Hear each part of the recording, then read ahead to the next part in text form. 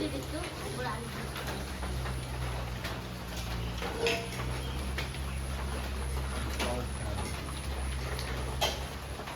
Everyone, কেমন আছো তোমরা সবাই? আশা করছি খুব ভালো আছো। আমরাও ভালো আছি। নতুন একটা ব্লগে অনেক অনেক স্বাগত, অনেক অনেক ভালোবাসা। কিছুদিন আগে এই বাসন রাখার র্যাকটা কিন্তু অল্পের জন্য মায়ের মাথার উপর পড়েনি, তো সেটা সেরকম ভাবেই ছিল। বাবা ভালো করে আবার বেঁধে দিয়েছে, তারপরে এখন থালা বাসন রাখছে। কালকে বাবা নিয়ে এসছে হাটের থেকে এই যে পুঁই শাক, আজকে রান্না হবে পুঁই শাক। আর নিয়ে এসছে এই যে, এটাকে কেউ শোলা কচু বলে, কেউ বাক্স কচু বলে, তো যাই হোক এটার ভাজা করব। আর ওটা আলু দিয়ে মিষ্টি কুমড়া খুঁজছিল, তো মিষ্টি কুমড়া নাকি কালকে একদম বড় বড় বেরিয়েছে। তো আমাদের বাড়িতে লোক অত নেই, তো মা বাবা বলছে যে অত বড় মিষ্টি কুমড়া এনে কী করবো, তাই ওই শুধু পুঁই শাকই এনেছে। তো পুঁই শাকটা আলু দিয়ে রান্না করবো। তো চলো এখন এই যে কচুটা বেছে নিয়ে নিই। আর আমাদের বাড়িতে এবার কোনো শাকসবজি ওঠাতে পারিনি, কারণ এত বৃষ্টি হয়েছিল। বৃষ্টিতে যা শাকসবজি উঠেতে সব শাকসবজি কিন্তু মরে গিয়েছে। তো যাই হোক বাবা কালকে কিন্তু নিয়ে এসেছে হাটের থেকে পুঁই শাক। তো বাবাকে বলছিলাম যে পুঁই শাক মিষ্টি কুমড়ো দিয়ে ভালো লাগে, তো বলছিল যে অনেক বড় বড়ও ছিল মিষ্টি কুমড়ো, তো সেগুলো এনে আমি কি করব। ছোট মিষ্টি কুমড়ো খুঁজছিল, তো পাইনি। কয়লে কি এতগুলো লোক নেই আমাদের বাড়িতে যে অত বড় একটা মিষ্টি কুমড়ো আনবো, তার জন্য আর বাবা মিষ্টি কুমড়ো আনেনি। তো মা বলছে কালকে তো মাছ আছে, তো মাছ দিয়ে আলু দিয়ে পুঁই শাক রান্না করবে। আর এই যে বাক্স কচু আছে, বাক্স কচুটা ভাজা করবে। এই কচুটাকে অনেকে বাক্স কচু বলে এবং কি শোলা কচুও বলে, তো আমরাও বাক্স কচুও বলি এবং কি মানে শোলা কচুও বলি। ঠাম্মা কিন্তু সবসময় বলে যে শোলা কচু। আর এই কচুটা কিন্তু কাটলে পরে হাতেও চুলকায় না, আর খেলে পরে কিন্তু গলাও চুলকায় না। যেমন অন্য কোনো কচু রান্না করলে ভালো করে যদি রান্না না হয়, ভালো করে যতই রান্না করো না কেন, অনেক কচু কিন্তু গলাও চুলকায়, আর কাটতে গিয়ে এত হাত চুলকায় মানে কাটাই যায় না। আর এই কচুগুলো কিন্তু চুলকায় না। মা বলছে যে আগে কচুটা কেটে দিয়ে দে, উনুনের মধ্যে ভাত বসিয়ে দিব আর গ্যাসের মধ্যে মানে কচু ভাজা বসিয়ে দিব, তাহলে আমার একসঙ্গে হয়ে যাবে। তার জন্য কিন্তু আমি পুঁই শাকটা আগে কাটলাম না, আগে কচুটাই কেটে নিয়ে নিচ্ছে ভাজার জন্য। মা বলছে যে আমার উনুনটা একদম ভেঙে ভেঙে পড়ছে, যেহেতু অনবরত বৃষ্টি হয়েই চলেছে। আর আমাদের যেহেতু ঘরটা কাঁচা মানে মাটির ঘর, আর ঘরটা খুবই নিচু, রান্নাঘরটা মানে কিরকম যেন দ্যাপদ্যাপে হয়ে থাকে। মা বলছে এরকম করেই রান্না করে নিয়ে নিচ্ছি। কিছুদিন আগে গ্যাস না পাওয়ার কারণে কিন্তু আমরা গ্যাস ভরাতে পারিনি, তার জন্য কিন্তু চুলোগুলোর বেশি একটা আঁচ নেই, তার জন্য গ্যাসের মধ্যেও মা রান্না করতে পারছে না। আর ওই চুলার মধ্যে যদি রান্না করে অনেকটা আর কি টাইম লেগে যায়।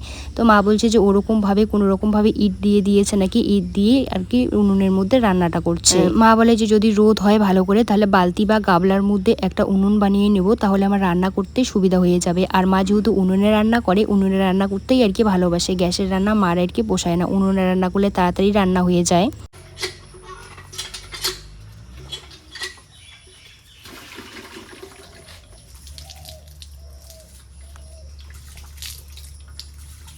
তো যাই হোক ওইদিকে মা উনুনটা ধরিয়ে দিয়ে দিল, আর সবজিগুলো কেটে এখন চলে আসলাম কলের পাড়ে এসে এখন এই যে চালটা ধুয়ে নিয়ে নিচ্ছি।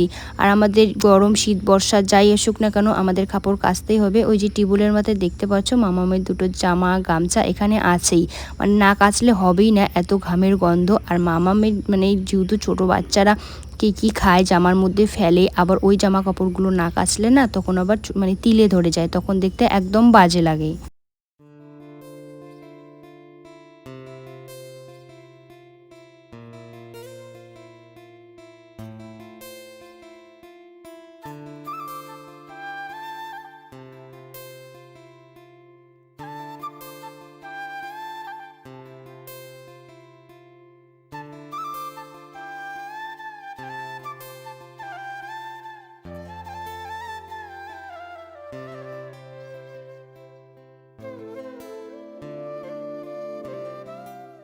উনুনে ভাতটা বসিয়ে দিয়ে এখন মা এদিকে কিন্তু গ্যাসের মধ্যে বসিয়ে দিচ্ছে এই যে কচুটা। তো কচুটা মা বলছে জল দিতে লাগবে না, একটু বেশি করে তেল দিয়ে নিব, হালকা আছে ভাজলে পরেই ভালো হয়ে যাবে।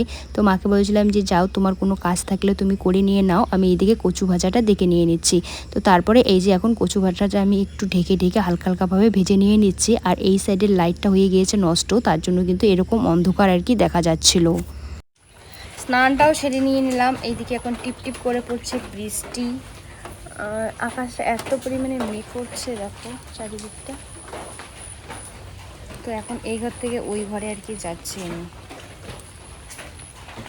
স্নান সারতে না সারতে ওইদিকে দেখো বৃষ্টি চলে এসেছে, এমনভাবে মেঘ করেছে মনে হচ্ছে যে বিকেল হয়ে গেছে, হয়তো সন্ধ্যা হয়ে যাবে। তো যাই হোক, খাওয়া দাওয়া তো আমরা করে নিয়েছিলাম, মোবাইলের মধ্যে চার্জ ছিল না, তখন একটু চার্জে দিয়েছিলাম। আর আমার এই জামা কাপড়গুলো যে এনেছি, তো সেগুলো একটু ভালো করে গুছিয়ে রাখবো, কারণ একটা জামা কাপড় মামামকে পরাতে গিয়ে 10টা বের করে রেখে দিয়ে দিচ্ছে।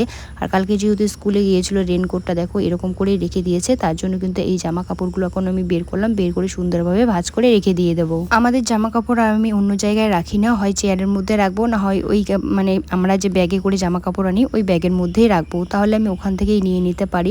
আসলে মেয়েদের জীবনটাই হচ্ছে এরকম, এত বড় বাড়ি ঘর দুয়ার থাকতেও আমাদের এক কোণায় জামা কাপড় পরে থাকে। আর যে বাড়িতে জন্ম নিয়েছি সেই বাড়িতে আজ কিন্তু অতিথি হয়ে গিয়েছে, শুধু আমার না, প্রত্যেকটা মেয়েদের। এটা ভাবলে সত্যি অবাক লাগে আর মনের মধ্যে কষ্টও লাগে। যাই হোক, আমারও মেয়ে তো আস্তে আস্তে করে বড় হয়ে যাচ্ছে, ও একদিন পরের বাড়ির আপনজন হয়ে উঠবে। আসলে যাদেরকে চিনি না জানি না তারাই নাকি আমার আপন হয়ে যায়, আর যারা জন্ম দিল, যারা এতদিন মানুষ করলো, তারাই নাকি তখন পর হয়ে যায়। কি অবাস্তব, তাই না? অবাস্তব হলেও সেটাকে বাস্তবভাবে মেনে নিতে হয়।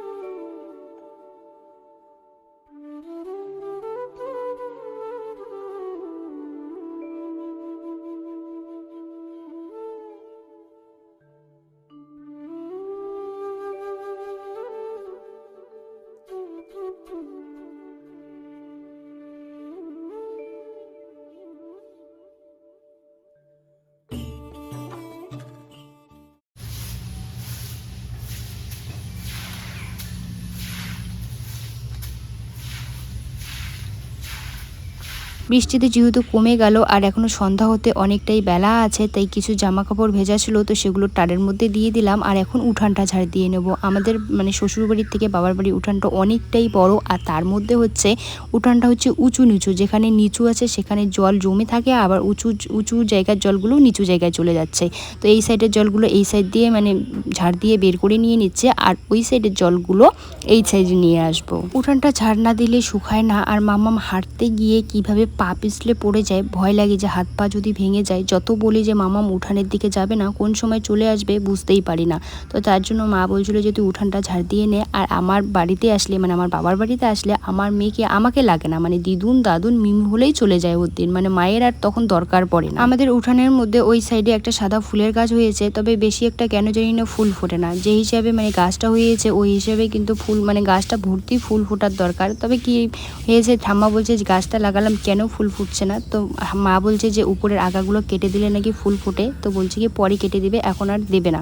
তো যাই হোক বন্ধুরা, আমি ভিডিওটা এখানেই শেষ করছি। যদি ভিডিওটা ভালো লাগে লাইক কমেন্ট করে দিও, আর চ্যানেলটাকে সাবস্ক্রাইব করে দিও। তোমরা সুস্থ থেকো, ভালো থেকো। আগামীকাল নতুন একটা ব্লগের সঙ্গে দেখা হচ্ছে। Bye, tata.